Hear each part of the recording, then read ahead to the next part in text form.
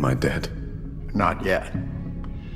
But almost being killed by someone you're fond of has its own particular sting. Now, this premiere wastes zero time with like insane cameos. John Lithgow, Eric King, Jimmy Smits. What was it like to have these franchise all-stars back on set? It was awesome. It was such a perfect way to re-engage with the mythology of the character and just to, I think, for me as an actor, for the character, for the audience to grow out of that soil was like the best way to start. Is anyone there? Surprise, mother. You know, in this premiere, Harrison prevents a rape, he ends up committing a murder. How has his time with his dad from the last season kind of prepared him for this moment, and how is he handling that emotionally? Harrison is an emotional character. He's an emotional guy. He's a very impulsive character.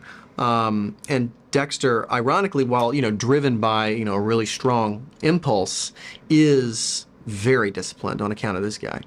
And I think that is a real gift that Harrison gets from Dexter. He's, you know, he's probably not super aware of it, or if he's aware of it, he's probably, you know, has a hard time being actively thankful for it. But, you know, being a really impulsive, reactive person, you know, can lead itself to all sorts of nasty situations. And it is the discipline and the meticulousness that he received from his father that really gets him out of that situation in the hotel.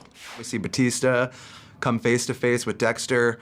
What are his feelings when he finally is in front of his former colleague? Me, I purposely try not to think too much about his feelings and think more about the information, the revelation that he's discovered and how he's gonna, I think Angel Batista being so close to Dexter for all these years and now finding out, number one, that he's alive, and number two, that, you know, it's possible he could be the Bay Harbor Butcher.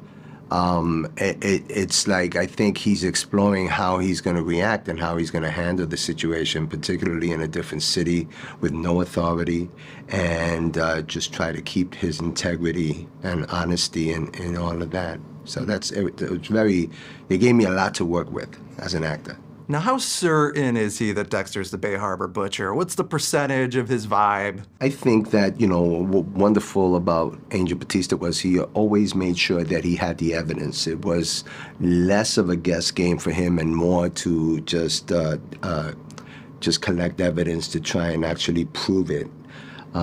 He's always looking for the truth.